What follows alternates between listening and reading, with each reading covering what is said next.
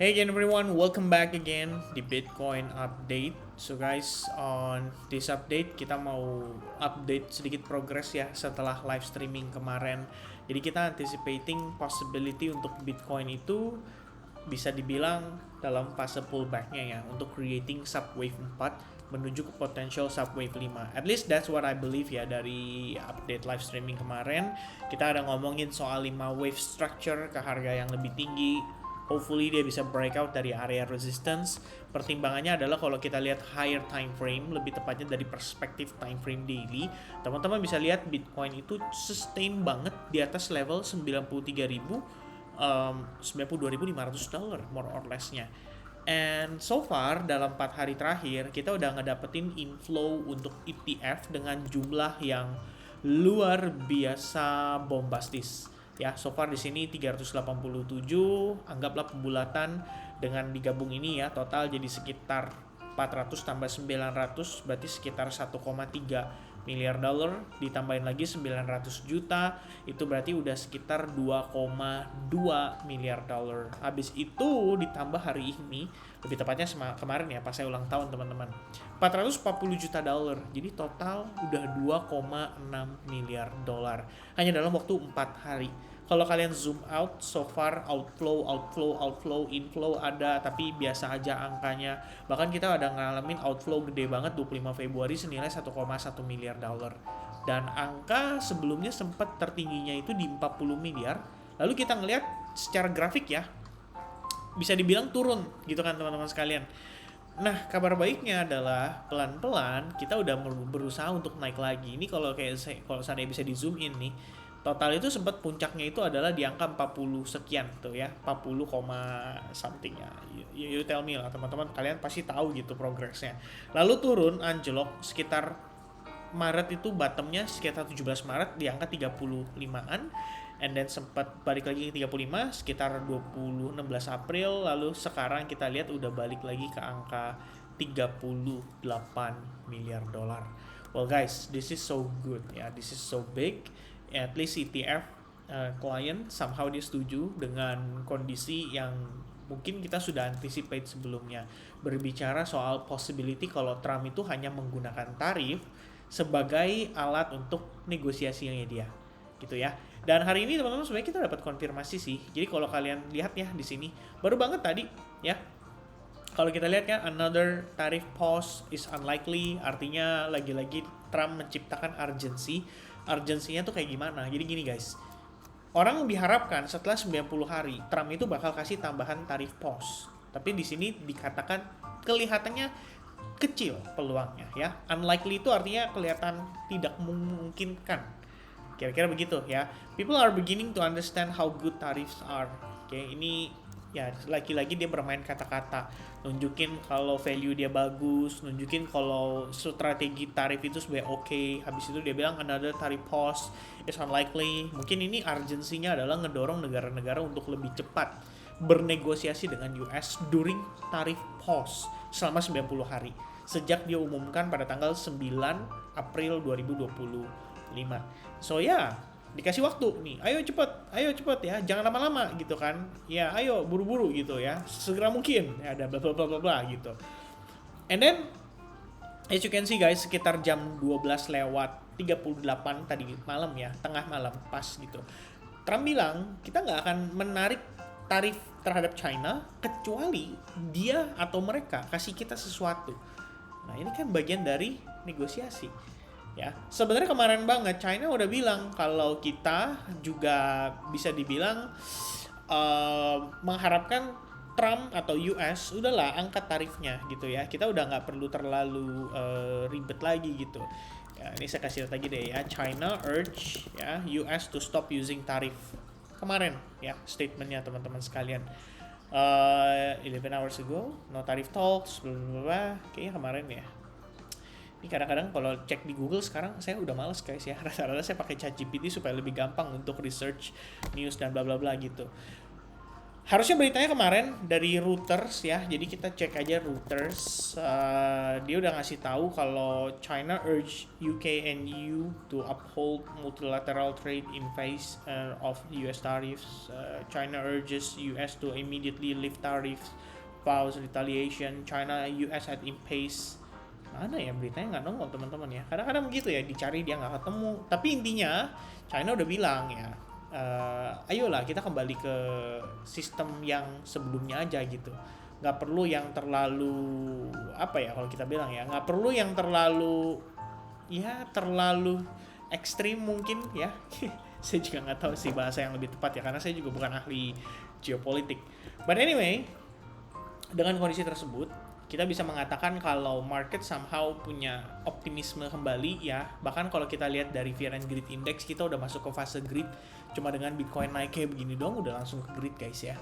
Ya wajar lah ya, pasti orang panik dan FOMO buying gitu kan. Pengennya dapat harga bagus, nunggu, tiba-tiba harganya rebound. Ya obviously pasti akan mempengaruhi pengambilan keputusan kebanyakan para investor yang merasa bahwa Bitcoin itu masih tetap bisa menjadi opportunity yang ideal, terutama kalau kita lihat comparisonnya dengan S&P 500. Performance-nya Bitcoin aja udah bagus banget di compare dengan S&P 500. So obviously mereka akan mempertimbangkan untuk minimal melakukan alokasi atau memberikan alokasi sebagian asetnya mereka untuk dibelikan Bitcoin dan lewat ETF. Nah, kita bisa lihat ini untuk investor ETF aja kliennya itu FOMO banget ya, dalam 4 hari terakhir 2,6 miliar dolar. Gimana dengan teman-teman yang retail? Probably mereka juga akan ikut FOMO. So ya, discussion kemarin kita pada saat live streaming saya menjelaskan, sebetulnya kalau kita ngelihat Bitcoin naik lagi pun, memang secara Elliott Wave Count, tanda kutip, kita memang ngelihat probabilitas itu ya. Karena kalau kalian misalkan lihat di sini dari perspektif time frame 4 jam, ini saya tambahin ya. Saya geser dikit deh, kan kelebaran kayaknya ya. Range becomes demand ya. I think this is the idea kemarin yang saya jelasin ke teman-teman. Bahkan kalau kalian mau butuh validasi lagi, kalian bisa lihat video trio kwek juga sih. Terakhir kita ada ngomongin soal ini sama Ko Sylvester juga. Ya saya jelasin bahwa ini masih ada satu possibility untuk kita ngelihat one push to the upside. So very likely price pullback, cuman either dia buat retest ke area imbalance atau mungkin ya tergantung posisinya ya. Karena kalau kita lihat kan ini ngebentuk apa? Sebuah pola ya, falling wedge pattern, dan finally dia breakout gitu. Dia breakout. Sekarang kalau kita lihat nih, saya zoom out lagi, ini technically kita udah di atas SNR guys. Ya. SNR ini sebenarnya kebentuk juga pada perspektif time frame daily, tapi kalau di daily saya ambil di 92.500. Kalau time frame yang hourly sebenarnya saya ambil di sini. Ya, ini kalau kita lihat di sini nih garisnya nih teman-teman ya. Acuannya adalah berdasarkan konsolidasi ini nih. Konsolidasi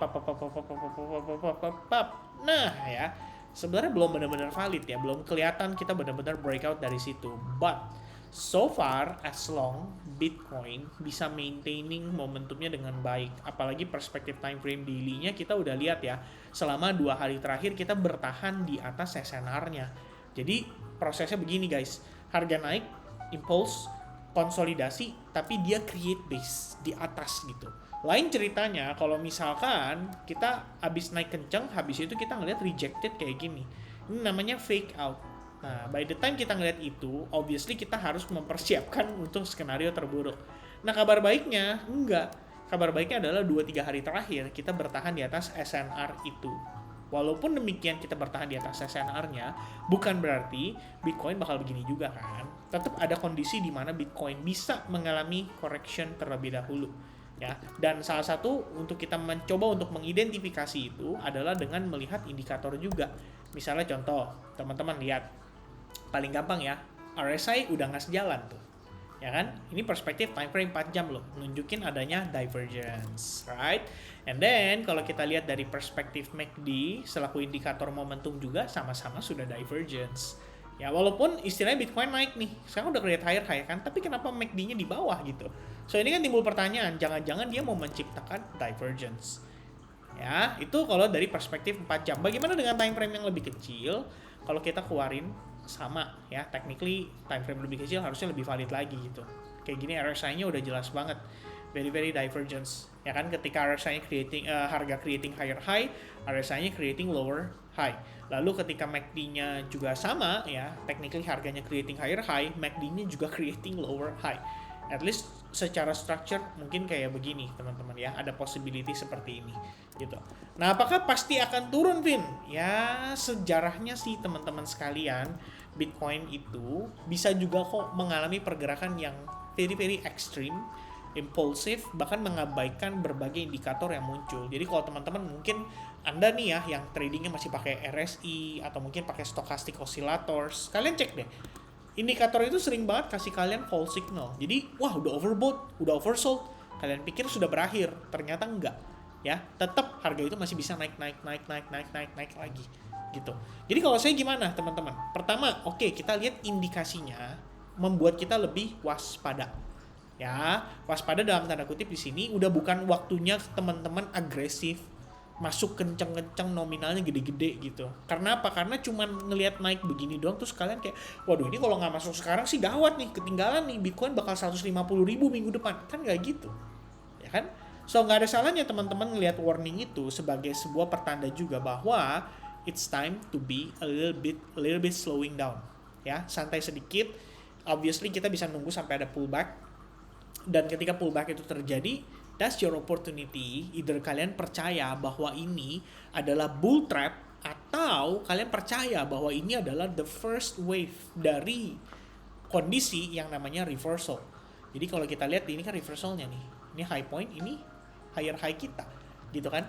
Nah kalau kita lihat percaya kondisi tersebut, maka pullback ini atau retracement ini memang dibutuhkan. Tujuannya apa? Untuk mencari potensi higher low sekaligus memvalidasi perubahan trennya.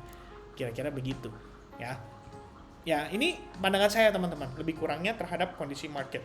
So, even if kita udah ngelihat dia ada divergence sama segala macam gitu, buat saya sebenarnya cukup sederhana. Saya selalu menekankan ke teman-teman, ya, dimanapun ya, mau YouTube kayak, mau Discord kayak, SAG gitu ya. As you can see teman-teman sekalian ya, saya nggak ada bilang sama sekali kalau market itu bisa turun, dalam tanda kutip kita cari short gitu ya. Ayo guys, look for short dan bla bla bla gitu. Take a look, oke? Agak tricky, bukan pullback tapi lebih ke sideways, bla bla bla bla ya. Untuk progress high time frame dejected, pullback up to range area OB atau demand.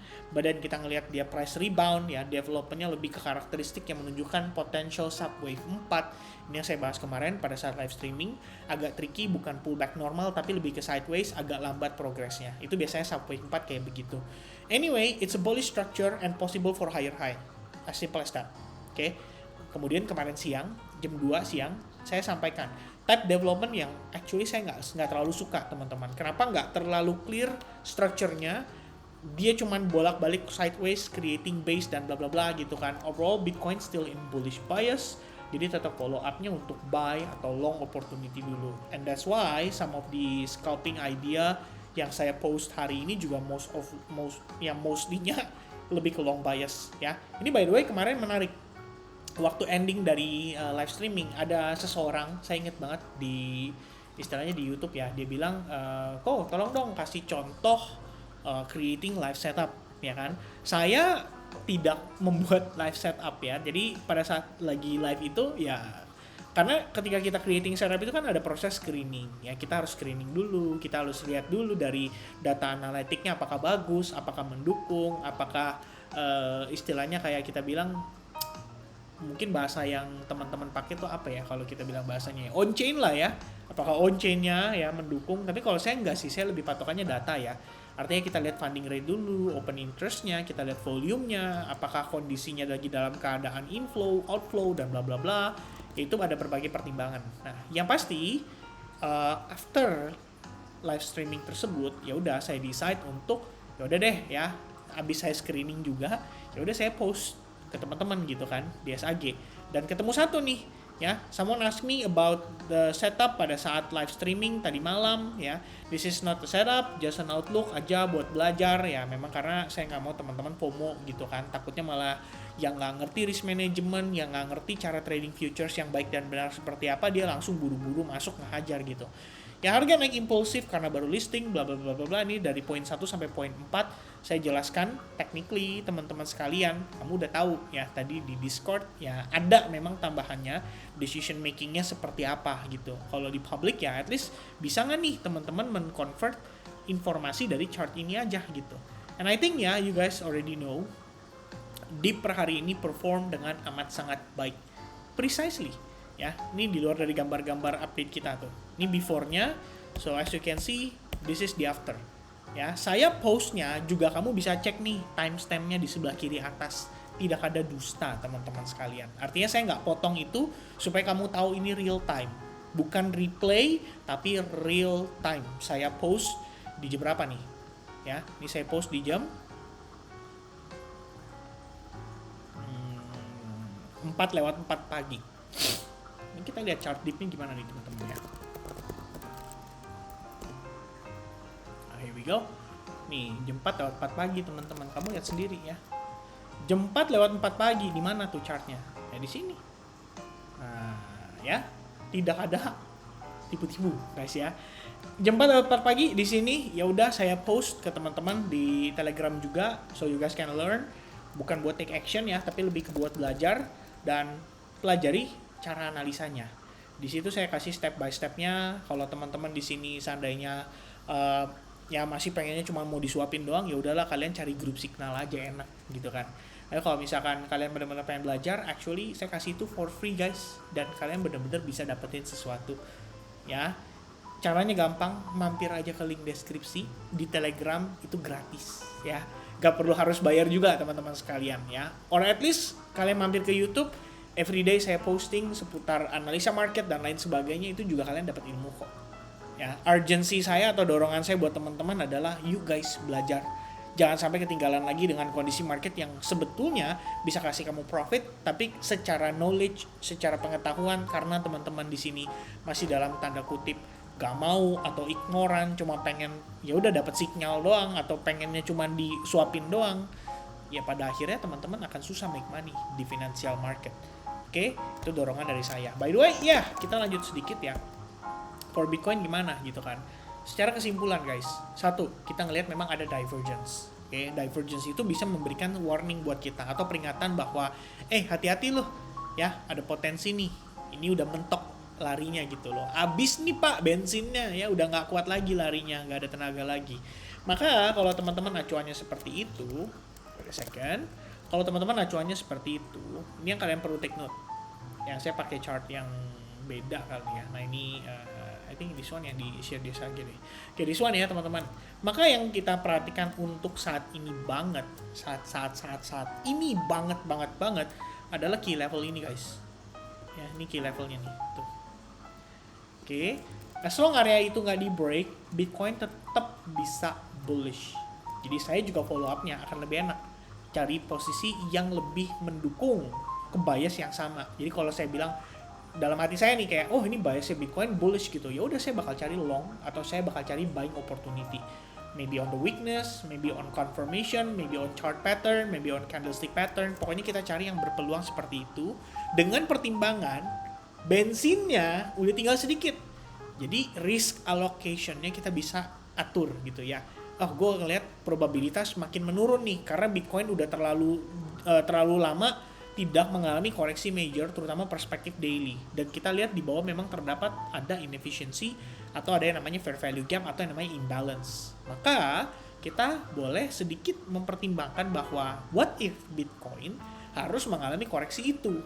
Jika memang Bitcoin harus mengalami koreksi itu, artinya kita bisa lihat Bitcoin koreksi dulu dan drop bahkan di bawah struktur internalnya saat ini. Karena ini kan adalah low-nya, ini adalah high-nya gitu ya. Higher high, higher low, higher high. Nah, where's the higher low ya? Potensi kan begini, lebih kurangnya. Akan tetapi, misalkan contoh, wah ternyata divergence-nya works dan kita melihat dia malah rejected. Dia malah merubah strukturnya di time frame lebih kecil. Ini kan berarti menandakan Bitcoin memasuki fase retracement atau fase koreksinya. By the time itu terjadi, maka teman-teman sekalian otomatis akan banyak setup long atau buy yang terinvalidasi. Either kalian bisa cari peluang short scalping untuk time frame yang lebih pendek atau lebih kecil, atau kalian boleh sabar ya, misalnya gue trading futures Vin, gue cuma spot gitu. Oke, berarti ketika itu terjadi discount ada di depan mata ya, teman-teman tinggal preparing aja ya, when is the right timing, when is dimana kira-kira area yang menurut kalian mau nih involve gitu dan resikonya masih ketakar buat kalian. Idenya kira-kira seperti itu. Oke, so this is the invalidation level. Ini adalah struktur high point-nya. So if price break dari dari high point tersebut, artinya kita bisa pakai level internal ini sebagai acuan bahwa if Bitcoin break dari level tersebut, kita akan considering bahwa secara trend atau structure itu sudah mengalami perubahan ya untuk periode time frame yang pendek atau kecil. Jadi time frame itu ya seperti yang saya bilang gitu kan, andai kata nih ya penutupan minggu ini kita penutupannya dengan bagus gitu ya, minggu depan kan kamu lihat nih ini candlestick weekly, apa yang terjadi? Candle bullish banget gitu, strong. Next week bisa ngebayangin gak kalau next week open candle terus ada buntutnya dulu ke bawah? Nah berarti kan next week buntut itu kan berarti bagian dari koreksinya gitu kan. Let's say sebelum penutupan akhir bulan weekly berikutnya gitu kan, di hari Senin pada tanggal berapa tuh? Senin ini udah tanggal 28 ya. Ini Friday, Saturday, Sunday, and then Monday udah tanggal 28 teman-teman. Ya berarti nanti masuk-masuk udah bulan Mei. Nah itu udah bergantung sama NFP dan lain sebagainya. Apa iya akan jadi sell on May and go away gitu kan. Tanggal 1, 2, 3 ternyata beneran di bawah koreksi dulu. Koreksi buntutnya ternyata terbentuknya gara-gara sell on May and go away. Kan bisa ya kan. Ngetrik orang dulu supaya orang-orang mikir, wah iya nih sell on May and go away benar-benar terjadi nih. Berarti saatnya lepas barang dulu. Panik. Ternyata di situ malah jadi bear trap-nya. Who knows, right? Ya kan? Cuman ya at least sejauh ini itu yang bisa saya sampaikan. Semoga buat teman-teman ada gambaran ya, ada gambaran terkait dengan possibility pergerakan daripada Bitcoin.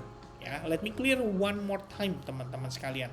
Buat saya, selama key level saya tidak break, I will still be bullish secara bias. Ya, kita follow bias tersebut, kita follow setupnya. Pokoknya begitu terpresent ya udah saya manfaatin. Kalau ternyata invalidasi, kena stop loss, rugi, resikonya terukur. Profit yang didapat bisa 3R, tapi kalau resiko kena ya paling 1R. Ya udah. Gitu kan? Saya bisa terima teman-teman sekalian. Dan kita dapat konfirmasi, Bitcoin masuk fase retracement-nya. Artinya kita bisa preparing area di bawah untuk siap-siap nangkep. Kira-kira di mana nih berpotensi untuk menjadi area kita masuk. Ya. Kira-kira seperti itu update dari saya untuk hari ini. God bless buat teman-teman semuanya. Thank you so much guys buat kalian yang udah nonton dan ikutin setiap update daripada YouTube channel ini. I'm still waiting ya untuk previous video atau live streaming bisa tercapai 1000 likes. Kalau misalkan tercapai ya kita bisa live streaming lagi mungkin pada saat hari Minggu. Okay? So that's it from me. God bless everyone and I'll see you guys again in the next update. Happy weekend guys. Cheers. Bye bye.